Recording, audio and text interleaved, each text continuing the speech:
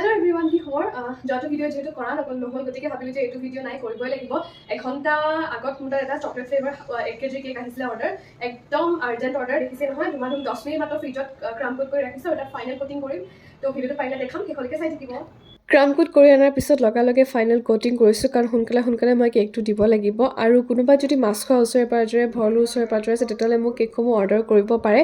Any flavour, any design সকলো ধৰণৰ available আছে। লগতে হোম ডেলিভাৰী এভেইলেবল আছে। মই লোকেশ্যনটো চাই পেলাই হোম ডেলিভাৰী কৰোঁ। গতিকে অৰ্ডাৰ কৰি থাকিব কেকসমূহ। আৰু 8 বেটছৰ বেছিক কেক বেকিং ক্লাছটো যদি কোনোবাই শিকিব বিচাৰিছে, তেতিয়াহ'লে সোনকালে মোৰ স্ক্ৰীণত দিয়া নাম্বাৰটোত কণ্টেক্ট কৰক, কাৰণ অলৰেডি ছোৱালী বুকিং হৈ গৈছে। গতিকে যিমান পাৰোঁ জল্দি বেছিক ক্লাছটো কৰিবলৈ ট্ৰাই কৰিম। গতিকে একদম দেৰি নকৰাকৈ মোৰ লগত যোগাযোগ কৰক।